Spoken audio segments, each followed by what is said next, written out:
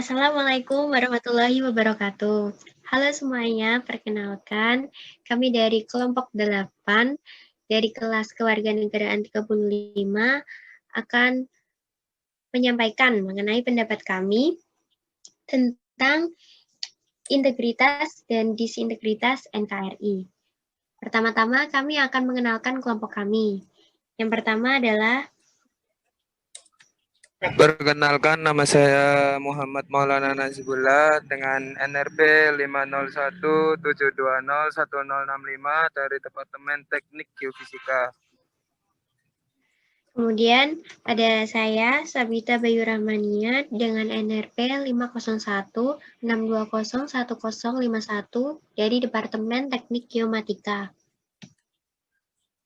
Kemudian saya Nuha Abiyu Silmina dengan NRP 5029201015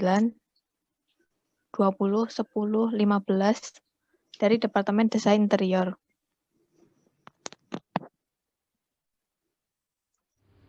Nama saya Muhammad Ilhan Bayhaqi dengan NRP 50172011029 dari Teknik Geofisika.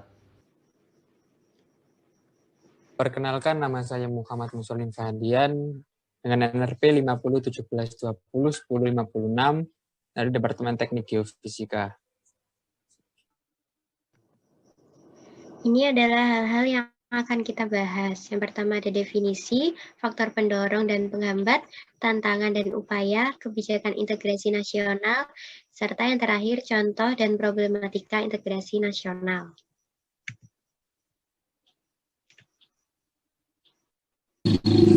Yang pertama ada definisi dari integrasi nasional.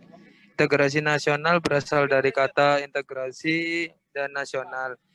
Integrasi nasional adalah usaha dan proses penyatuan bagian-bagian yang berbeda dari suatu masyarakat menjadi suatu keseluruhan yang lebih utuh, atau memadukan masyarakat-masyarakat kecil yang banyak jumlahnya menjadi suatu bangsa, sehingga terciptanya keserasian dan keselarasan secara nasional. Kemudian ada juga faktor pendorong dan penghambat dari integrasi nasional tersebut. Yang pertama ada faktor pendorongnya, yaitu adanya faktor sejarah, kemudian rela berkorban untuk kepentingan bangsa dan negara, kemudian adanya kesepakatan atau konsensus nasional, dan yang terakhir adanya pengembangan budaya gotong royong. Lalu ada juga faktor penghambatnya. Yang pertama adanya paham etnosentrisme, kemudian yang terakhir ada besarnya kemungkinan ancaman yang berasal dari dalam maupun dari luar negeri.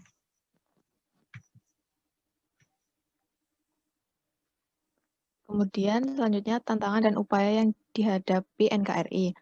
Tantangan yang pertama adalah adanya percobaan invasi asing. Kemudian adanya KKN dan adanya kriminalitas.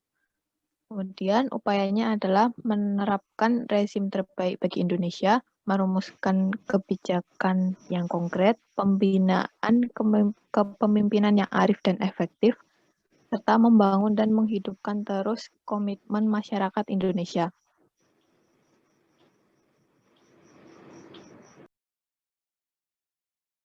Selanjutnya, ada contoh kebijakan integrasi nasional, di antara lain, yang pertama menanamkan nilai-nilai Pancasila, yang kedua menghilangkan kesempatan untuk KKN, yang ketiga menumpas setiap gerakan separatis secara tegas tidak kenal kompromi, dan yang terakhir membentuk satuan sukarela yang terdiri dari unsur masyarakat.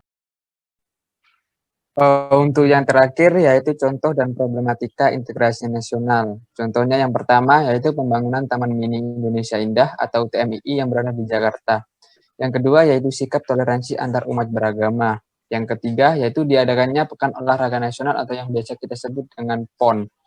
Untuk problematikanya yaitu ada geografi, demografi, kekayaan alam, ideologi, politik, ekonomi, sosial budaya, pertahanan, dan keamanan.